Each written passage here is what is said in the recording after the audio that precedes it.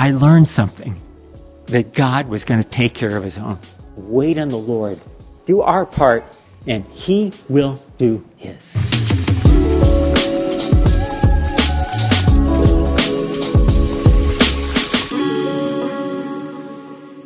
To start off, I was thinking this morning about something that happened quite a number of years ago in the Navajo Nation. Happened to be driving the Chinle area, and I saw something that really captivated me. Only time I've ever seen this in my life, but I saw this eagle swoop down from the sky. He dive bombed, and he came up. He found what he was looking for, and he came up back into the air, and he had something in his mouth, his beak. You know what it was? It was a snake. Now, I want to ask you a question. Do you think that snake was dead or alive? He got it right. The snake was alive. Now, why do you think he took the snake alive rather than dead? Think about it.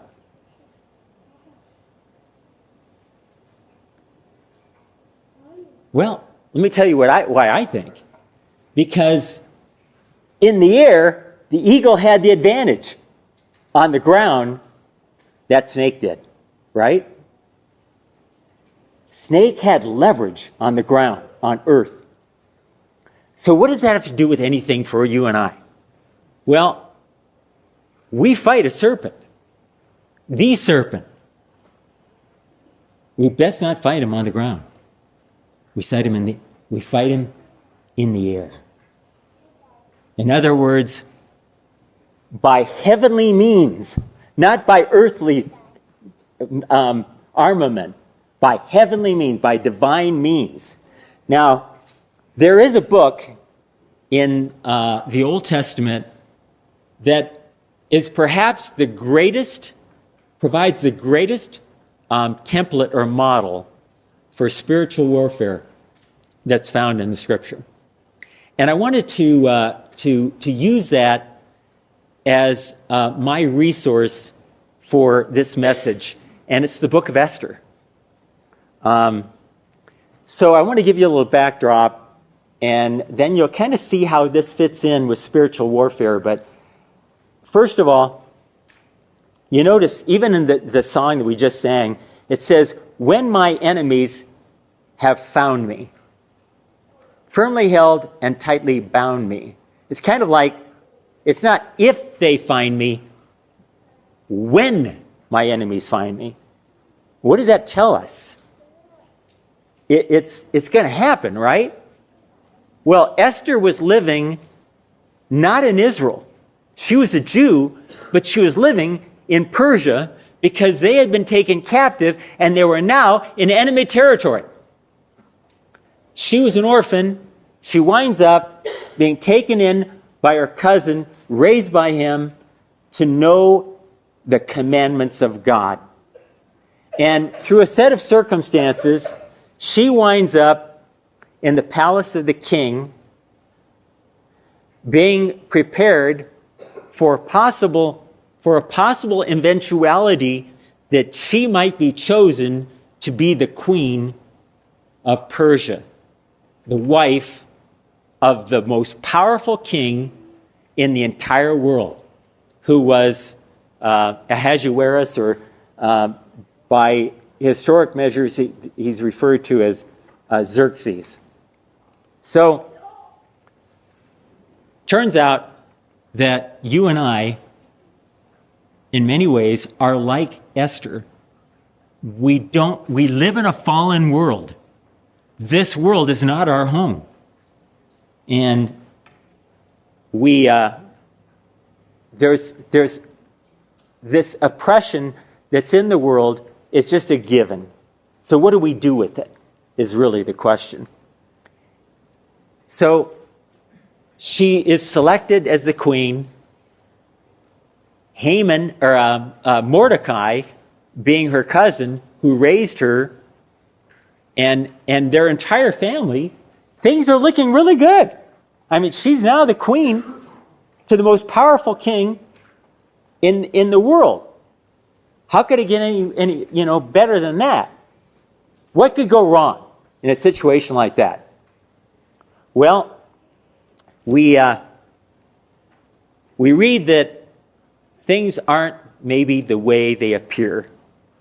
So in the 3rd chapter of the book of Esther, beginning with verse 1, it says, "After these things did King Ahasuerus promote Haman, the son of Hammedatha the Agagite."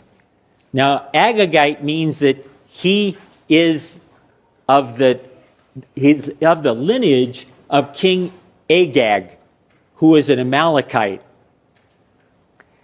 And he was promoted, set his seat above all the princes that were with him, and all the king's servants that were in the gates bowed and reverenced Haman, for the king had so commanded concerning him.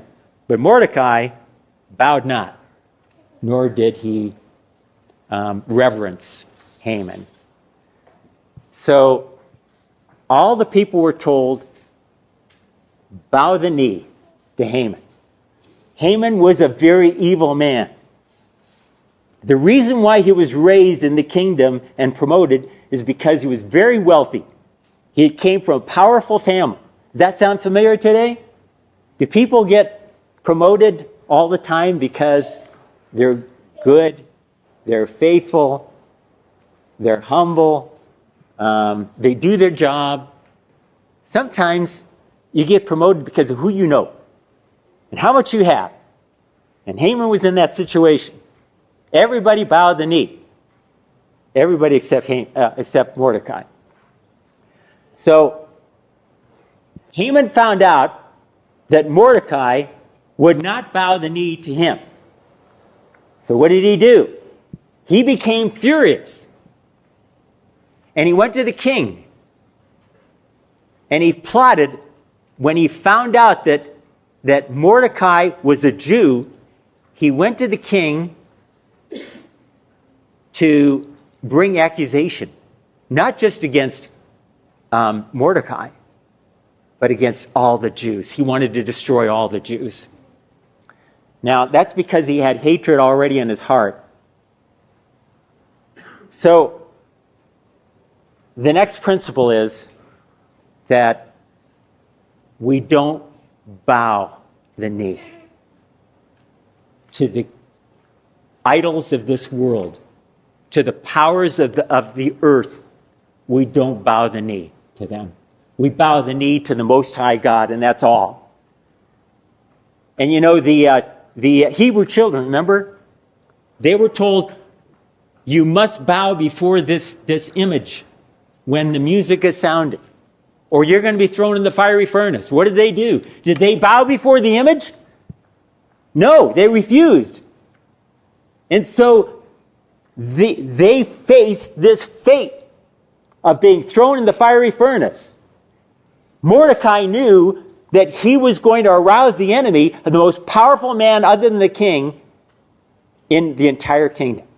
But he refused to bow.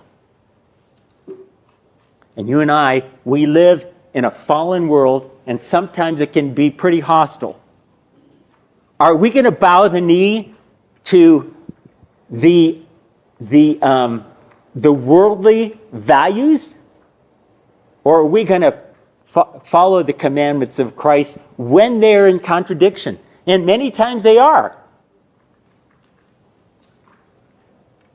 And you might think, well, why not? Just go along to get along, you know? Just go along. What Mordecai understood is that if he had gone along and bowed the knee, eventually things were going to continue to get worse. They weren't going to get better.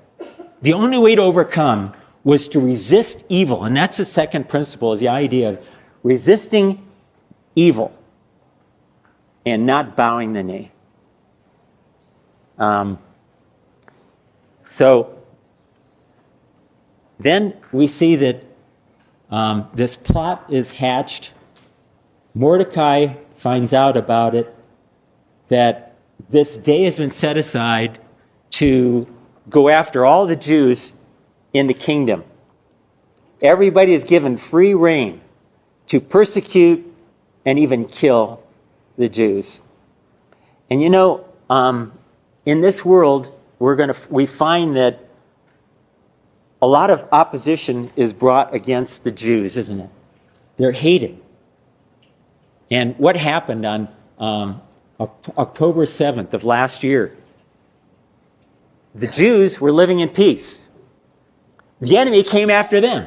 Just like this says, when my enemies have found me, your enemy is going to come after you.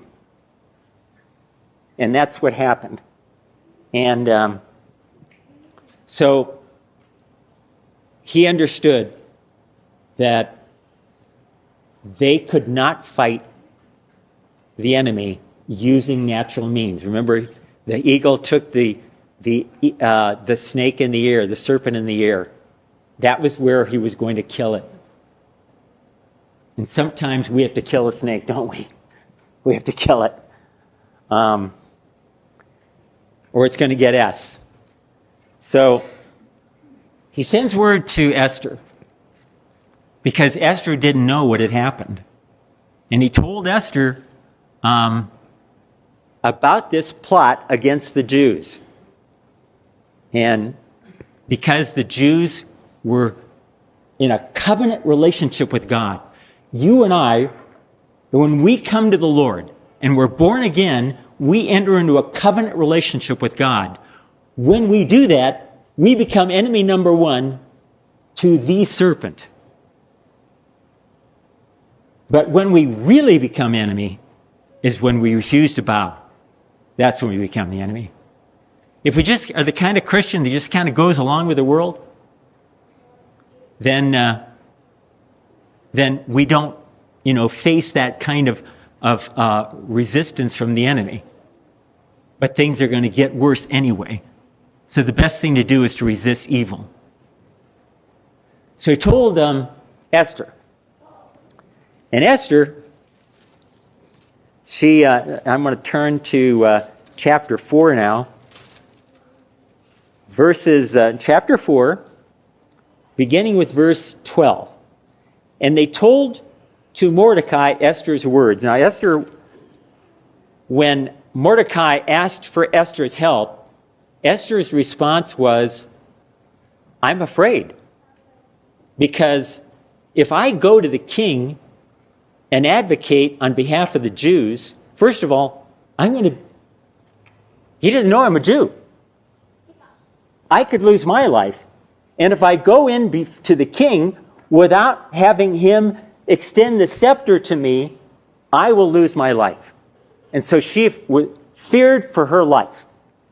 Now, it's like when Goliath came after when there was this pitched battle, okay? You had Israel on one side, the Philistines on the other side. Now, I want to ask you a question. Who went after who? Did Goliath go after the Jews, or did the Jews go after Goliath initially? Who initiated that conflict and that challenge? Goliath did.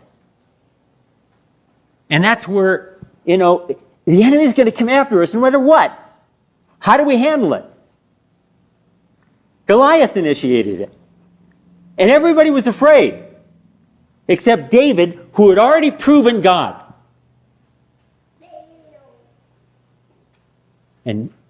And Mordecai had the same spirit of David. He had already proven God. And so these are the words of Mordecai. Now listen to what Mordecai says. He says, Then Mordecai commanded to answer Esther, Think not with yourself. In other words, don't think that you shall escape in the king because you're in the king's house more than all the Jews. In other words, you may think that by not going to the king that you're going to be safe. You need to just remove that thought from your mind because you aren't safe. For if you altogether hold your peace at this time, then shall there enlargement and deliverance, there will deliverance arise to the Jews from another place. If you don't allow yourselves to be used by God to bring about deliverance, he'll find somebody else, because God will deliver his people. The question is, how's it going to happen? Are we going to be a part of that deliverance? But you and your father's house shall be destroyed. And who knows whether you are come to the kingdom for such a time as this? Now, we live in this day. We're living in this period of time. We are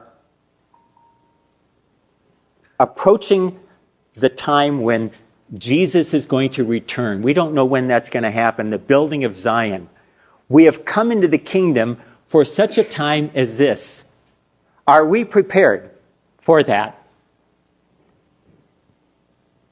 And so that next idea is that to help to see that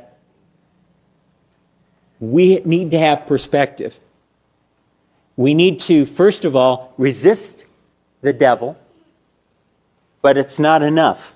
Then we need to surrender to the Lord. And that's what Mordecai was trying to convey to Esther.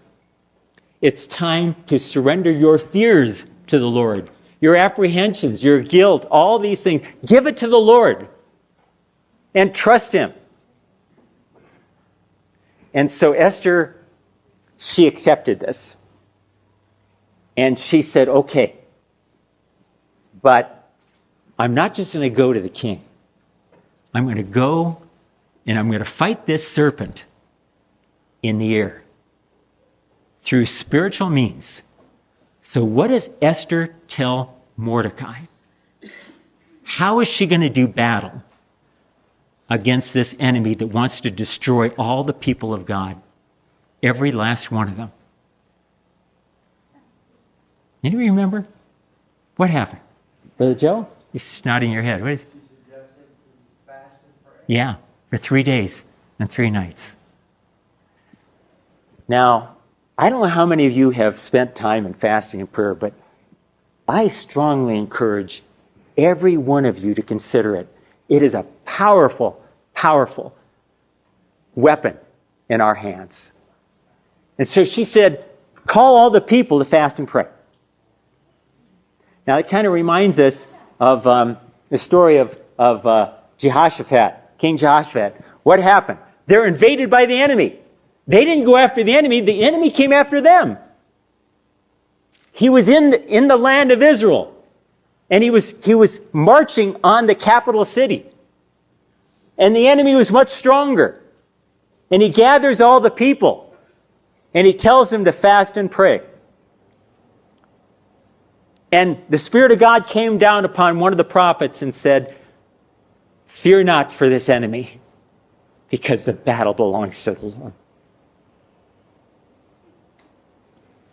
Set yourself, stand, and see the salvation of the Lord. And so they fasted and prayed. And during that time, while they were fasting and praying, that's the time we trust the Lord. He's going to take action. And that's what they did. So what happens? In the middle of this fast, something very powerful happened. That was completely out of their hands. What took place? They did not initiate. All they initiated was fasting and prayer. But something happened. Let's go to the next chapter.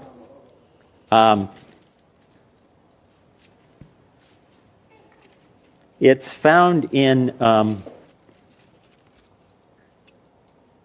chapter 6, verse 1.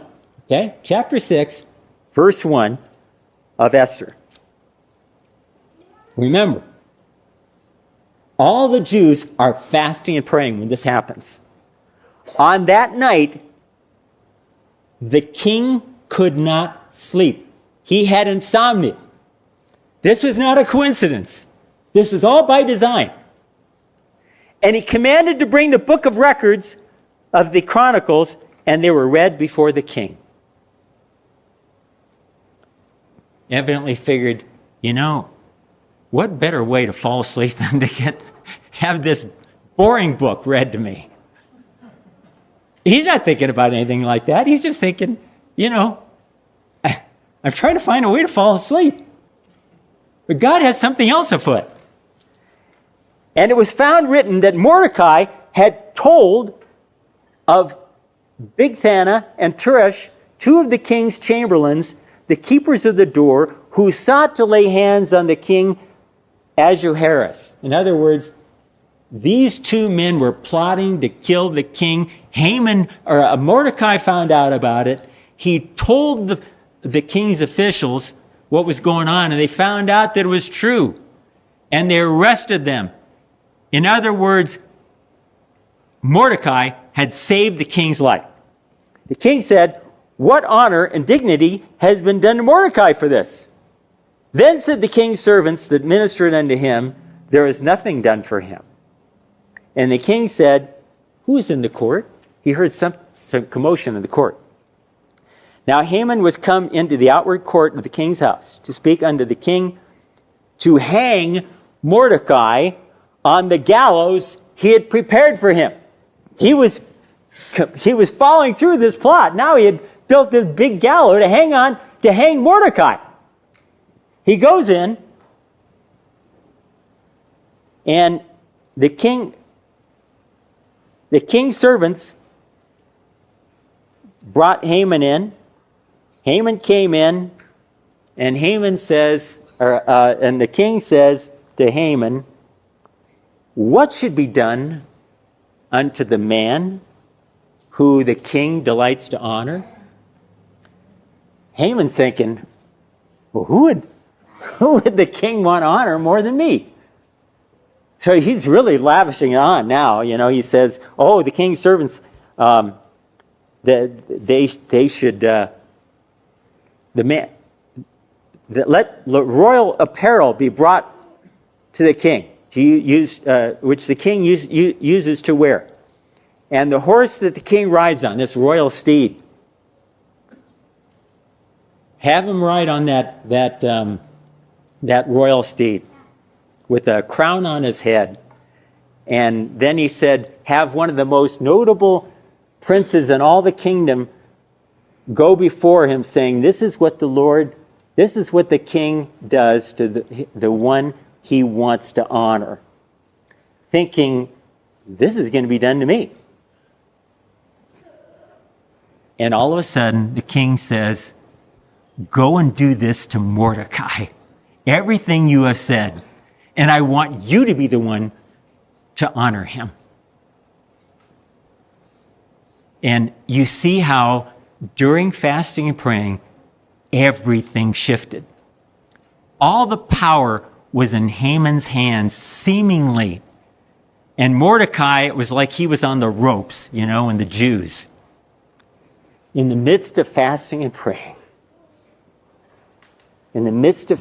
praying, now Haman is responsible for honoring the very man that he had plotted to kill. So he's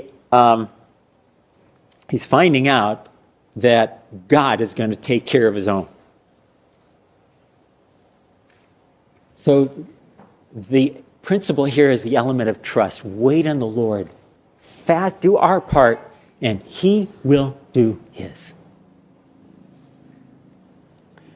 So let's continue on with this story. They have this situation where this takes place, and then the next thing that happens is that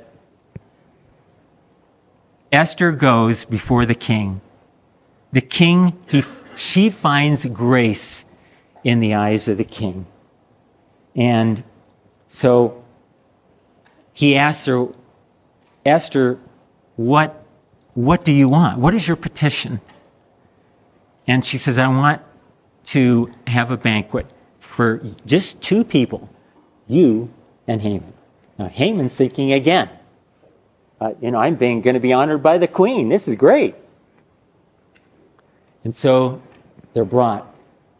They come to the queen, and then she entertains them. And the story goes on that he asks her again, now, Esther, what is your petition? And she says, well, I want you to come back one more time. I'm going to serve another banquet. And then I promise, I'll give the petition then. I'll tell you what it is. So they come back in again the next time. And at that point, after they have this dinner, then Esther says to the king, presents her this plot, exposes the plot of Haman. And Haman already realizes that he has been, the very thing that he had used to try to destroy the Jews, everything was unraveling. And when she said, if he had just gone after one person, it'd be one thing, but to wipe out all the Jews. And the king, he saw that Haman, he was exposed for the man that he was. And then he was told by his servants, Haman had built these gallows to hang Mordecai. And the king said, take Haman and hang him on the very gallows that he had planned to hang Mordecai. So the very thing that had taken place, it all changed around. And the enemy was going to be, the Lord was going to bring the consequences back on the head of the very person who was plotting to destroy his children. Just like in the story of King Jehoshaphat. At what point did God set out an ambush against the enemy? He did it when he had the choir singing praises to God in the front of the army. It was at that point that they're delivered. So we see that it just goes on, and I'm not going to go into all the details, but you see all these elements that are there as like an instruction manual for you and I. How do we handle things when we face the enemy and he comes after us in whatever form? I'm going to leave you with this, then I'm going to sit down, but I had a position in the Winter Rock School District where I was a personnel director, and the superintendent wanted me to violate the regulations of the school district in order to pay her friends more than what they were entitled to. She wanted me to do something that was dishonest. And I could have gone along with it. And then she would have probably left me alone for a while. Until she wanted another favor and me to do more dirty work. It would have never ended. And I told her, I can't do that. It's dishonest. And at that point, she targeted me. And it wasn't just me. There were other Christians in the administrators in that school district. And every Christian who stood up for what they believed in was right, everyone who stood up she targeted every one of us. Those who kind of went along, left them alone. And so she made sure that that she gave me a bad review. She lobbied the board. The head of the board, the chairman of the board, was also very anti-Christian. And they plotted against me. And I lost my job. My contract was not renewed. Immediately after I lost my job, I didn't have to apply for another one. I was offered another job. And I had that other job for 2 years. In the meantime, I left it with the Lord. And during that time, something happened. You know what happened? They had an election. They voted out that entire board. When they voted out that board, the new board, the chairman of the board, knew me and knew what had happened. And she went to me and she said, I want you to apply for a job in the district. And I was offered a better job for better pay than what I had before. And they knew the kind of man that I was. And I learned something, that God was going to take care of his own. Does that always happen that way? No. But one way or the other, God will take care of us, whatever happens. So I just want to encourage you with that. May God bless you is my prayer.